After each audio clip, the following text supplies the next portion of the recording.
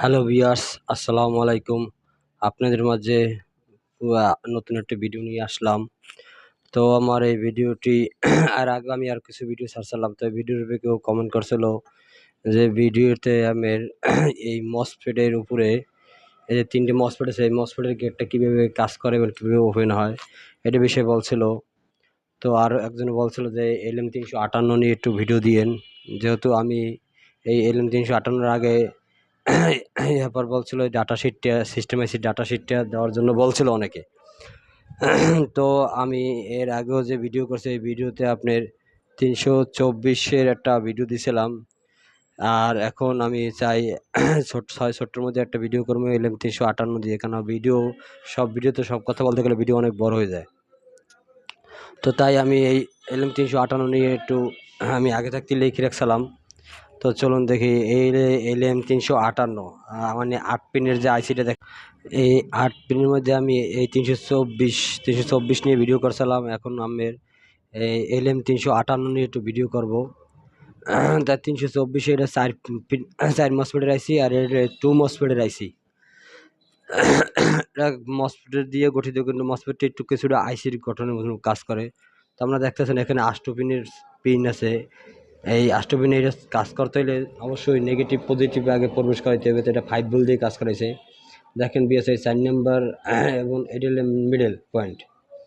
এই হলে আমি মিডল পয়েন্টটা চিহ্ন করে রাখছি, এই হলো মিডল পয়েন্ট অর্থাৎ সামন সাইড। আর এলে 5 নাম্বার পিন দিয়ে 5 ভোল্ট ঢুকছে, 5 নম্বর পিন থেকে 5 ভোল্ট ঢুকছে।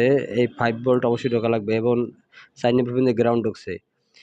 আর এই মসফেটের প্লাস মাইনাস দিয়ে 1 নম্বর পিন দিয়ে আউট হয়েছে, 1 নম্বর পিন আউট হয়েছে। এই কন্ট্রোল করবে এই 2 আর 3, এই 2 আর 3 দিয়ে আপনার এই মসফেটটা কন্ট্রোল করবে। এই 2 আর 3 দিয়ে মসফেটটা কন্ট্রোল করবে। এই দুইটার মধ্যে যে ভোল্টেজ বাড়াবে সমান করবে, এর বিনিময়ে মনে করেন যে আউটপুট ওরকম হবে। এই প্লাস মাইনাস দেখেন লেখা, এই প্লাস মাইনাস দিয়ে এটা কন্ট্রোল করা হয়। কিছুটা মানে কিছুটা আইসির মতো কাজ করে, কিন্তু পুরো ট্রানজিস্টর বা মসফেট না। তো দেখেন এখানে 1 নম্বর মসফেট, আর এখানে এই 1 নম্বর মসফেট, আর এটা হলো 2 নম্বর মসফেট। 2 নম্বর মসফেট দিয়া আর 1 নম্বর মসফেট দিয়ে 2 রকমের কাজ করছে। একটা এই 1 নম্বর মসফেটের আউট হয়েছে 1 নম্বর পিন দিয়ে, আর 2 নম্বর মসফেট আউট হয়েছে 6 নম্বর পিন দিয়ে। এই মসফেট দিয়ে শুধু সিস্টেম আইসির কন্ট্রোল করাইছে। সিস্টেম আইসিতে যেন 5 ভোল্টের বেশি না আসে, কারণ 5 ভোল্টের বেশি আসলে কাটিয়ে দেবে। এইটা করার জন্য এই অটো সিস্টেমে আপনার J1টা ব্যবহার করছে। তো এইখানে পিনগুলো তো বললাম। এই যে J1 দেখেন, এই J1 জানের বেজে হইলে যে আপনার এই LM358 দিয়া বেজে কানেকশন আছে। আর ইমিটার আর ইমিটার আর কালেক্টর লাগে সরাসরি আমের গ্রাউন্ড জড়িত। আর এইখানে দেখেন এই যে আপনার 10 নম্বর পিন, এই 10 নম্বর পিনে একটা ভোল্টেজ থাকবে। আর এই 10 নম্বর পিনে এই ভোল্টেজটা সবসময় আইসি থেকে বের হবে। আর এই ভোল্টেজটা ড্রপ করার জন্য ওই এইটা ব্যবহার করছে। আর এইখানে দেখেন এই 10 নম্বর পিন, আর ওই সাইডে আছে আমের 19 নম্বর পিন। বেশ, ওই সাইডে আছে 19 নম্বর পিন। এইখানে আছে 19 নম্বর পিন। এই 19 নম্বর পিন আর এই 10 নম্বর পিন, এই 2 পিন দিয়ে আপনার এইটার মানে গ্রাউন্ড দিয়ে মাইর খাওয়া যায়, যার জন্য এই অটোমেটিক সার্কিটটা আইসিটা অটোমেটিক অফ হয়ে যায়। তো বিএস একটু মন খাটাই দেখলে আশা করি ভিডিওগুলো বুঝবেন, মানে কি সিস্টেমটা করছে। তারপরে চাইনিজ সিস্টেম, তো চাইনিজ সিস্টেম ইস্যু বিএস এই বেজের খেলা কানেকশন লাগাইয়ে এই যে ওয়ানডার লাগে আপনার এটা LM300 এই 2 মসফেটের 6 নম্বর পিনের লাগে সরাসরি J1 জড়িত। এই J1 এর বেজে কানেকশন আছে এলে NPN ট্রানজিস্টর, NPN ট্রানজিস্টর দিয়ে কাজ করাইছে। তো এইটার লাগে আবার এই এই আইসিতে অবশ্যই যেন 5 ভোল্টের বেশি না আসতে পারে, এই জন্য এটার 10 নম্বর পিন এবং ওই 19 নম্বর পিন, এই সিস্টেম আইসির 19 নম্বর পিন, 19 নম্বর পিনে এই 2 পিনে আপনার যাইয়া ওই J1 এর কানেকশন করা। যদি এখানে ভোল্টেজ বেশি হয় তাহলে অটোমেটিক এই 5 ভোল্টকে ড্রপ করার জন্য গ্রাউন্ড ব্যবহার করা হয়েছে।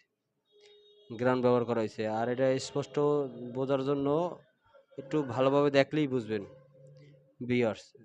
একটু যদি আপনারা একটু ক্লিয়ারভাবে ভাবেন তাহলে দেখা যায় আপনার সমস্যা সলভ হয়ে যাবে। দেখেন এই 1 নম্বর যে মসফেটের থেকে কিন্তু আবার সেমই কাজ করছে।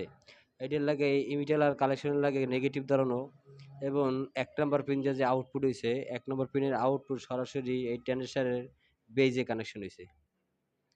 এই বেজ থেকে সরাসরি আউটপুট হয়ে আপনার গ্রাউন্ড আউটপুট হইছে। গ্রাউন্ড সরাসরি আমার এই সার্কিটের ট্রানজিস্টরে গেছে। এইখানে যে ১৪ ভোল্টের ট্রানজিস্টর আছে, ১৪ ভোল্টের ট্রানজিস্টরটা এই যে দেখেন, এইখান থেকে কিন্তু আউটটা ক্লিয়ার দেখা যাইতেছে। স্পষ্ট একটু দেখলেই ক্লিয়ার বুঝবেন। আশা করি একটু যদি একটু একটু সেন্স খাটাইলে, ব্রেন খাটাইলে পাই যাবেন যে এটা কীভাবে। এই J1 থেকে দেখেন সরাসরি বের হয়ে এইখানের এই ট্রানজিস্টরের বেজে গেছে। এই বেজ থেকে 14 ভোল্ট বের হবে। এইখানে 3.9 কে একটা রেজিস্ট্যান্স দেখেন, এইটা 3.9 কে। এই 9 কে রেজিস্ট্যান্সের মধ্যে ভোল্টেজ ড্রপ করিয়ে এখান থেকে 14 ভোল্ট বের হয়েছে। 14 ভোল্টের বেশি ভোল্ট হয় না। অনেক সময় কিন্তু দেখা যায় এখানে ভোল্টেজ বেশি হয়ে যায়। তখন অটোমেটিক এই সেটআপটা অফ হয়ে যায়। যার জন্য আমার আইসি যায় না, আইসি-টাইসি পড়ে না। ঠিক এই সমস্যাগুলো কন্ট্রোল করার জন্য এই সিস্টেমটা করছে। তো এখানে দেখা যায় স্পষ্ট। তো ভিউয়ার্স, আপনার আমি আমাকে অনেকে বলছিল যে ALM 358 মোটামুটি একটা বোঝানোর চেষ্টা করলাম এবং এর আগের ভিডিওতে ALM 324 ভিডিও দিছি। এখন আমরা একটু এই F8234 এই আইসি নিয়ে, সিস্টেম আইসি নিয়ে কথা বলব। আসলে এই আইসিটির মধ্যে একটা প্রোগ্রাম ঢুকানো আছে। এই আইসিটির পুরো ডাটা শিটটা আপনার কোম্পানিগুলা মার্কেটে শেয়ার করে না, কারণ ওদের কিছু সিক্রেট থাকে। এই সিক্রেটটার জন্য কারণ এক কোম্পানি এক রকমের প্রোগ্রাম করা হয়, এই জন্য এক কোম্পানি এক রকমের প্রোগ্রাম হয়। এই জন্য সিক্রেট রাখার জন্য এটা আমি চেষ্টা করছিলাম ডাটা শিটটা আনার জন্য, কিন্তু এই ডাটা শিটটা ওরা দিতে আসে না। এবং আর কিছু প্ল্যাটফর্মে আমি চেষ্টা করছিলাম, সেখানে অনেক টাকা চার্জ করে যে এই টাকার বিনিময়ে তারা দিবে। তো তাই আর গ্রহণ করে নিয়ে আমি অন্য সাইট থেকে কিছু তথ্য সংগ্রহ করছিলাম এই আইসির। তো আমি একটা সাইডে একটা আইসি দেখছিলাম। ওই আইসিতে লেখা ছিল এই আইসির লেগে সংশ্লিষ্ট মিলিয়ে দেখছি ওই আইসির লেগে কিছুটা ডাটা শিট লেগে মিলেছে। তার সেই থেকে আমি কিছু সূত্র নিয়ে আমি নিজেই ওই ছবি প্রিন্ট কপি করা থেকে ওই থেকে আমি একটা ডাটা শিটের মতো তৈরি করছি। ওইখান থেকে আমি যদি কোনো আইসিতে কোনো প্রোগ্রামের সমস্যা পড়ি, তো আমার মোটামুটি ভোল্টেজগুলো মুখস্থ আছে। আমি ওই থেকে ওই ভোল্টেজগুলো ধরে আমি সমস্যাগুলো যদি ওই তথ্যগুলো নিয়ে আমি একটা ডাটা শিটের মতন করছি। এই ডাটা শিটে আমি কাজ করি। আশা করি আমি কোনো সমস্যায় পড়ি না। মোটামুটি অনেক আমার সাহায্য করে। তো এই ডাটা শিটটা আমি আপনাদের দেখাই, বুঝবেন। কেননা ডাটা শিটটা দিয়ে অনেক উপকার হবে আশা করি। তো ডাইরেক্ট আমি ডাটা শিটটা দিতে পারতেছি না, কারণ সংগ্রহ করতে পারতেছি না। এজন্য তো যদি সংগ্রহ করতে পারি অবশ্যই আমাকে পুরো ফুল ডাটা শিটটা আমি দিব। দেখেন এই ডাটা শিটে আমি কিছু আইসি সংগ্রহ করছিলাম। এই আইসি থেকে আমি এই বলে একটা আইসি পাইছি যে LCM F8234। এই ডাটা শিটটার লাগে আমি এইটার লাগে প্রায় মিলেই দেখছি, অনেকটাই মিল আছে। এই আইসিটির লাগে মিলেই দেখছি, ডাইরেক্ট F8234 এর লাগে মিলেই দেখছি, প্রায়টাই মিলে যায়। তাই এই সিস্টেমে আমি আমি এরকমই ডাটা শিট নিয়ে কাজ করি।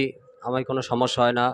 তো আমি চেষ্টা করব এর পরে একটা ভিডিও আপনার মাঝে আনার, যে ভিডিওটা এই মসফেট সাইট এবং অন্য সাইট কীভাবে কাজ করে এই বিষয়ের কিছু তথ্য দিব। এবং কিছু ভাইরা বলছিল মালামালগুলো কোথায় পাওয়া যায়, এই বিষয়ে একটু তথ্য দেওয়ার জন্য। সেইটার ভিডিও আমি স্পটে না গিয়ে ভিডিও দিতে পারতেছি না, দিয়ে বলার চেষ্টা করবো। তো আমার ভিডিও যদি খারাপ হয় তা আপনারা ক্ষমা চোখে দেখবেন। চেষ্টা করছি আপনাদের কিছু শেখানোর জন্য। তো নতুন ভাইরা এই ভিডিও থেকে অনেক উপকার হবেন। কার কতটুকু সমস্যা হয় তা কমেন্ট বক্স অবশ্যই বলবেন। খোদা হাফেজ, ভালো থাকেন।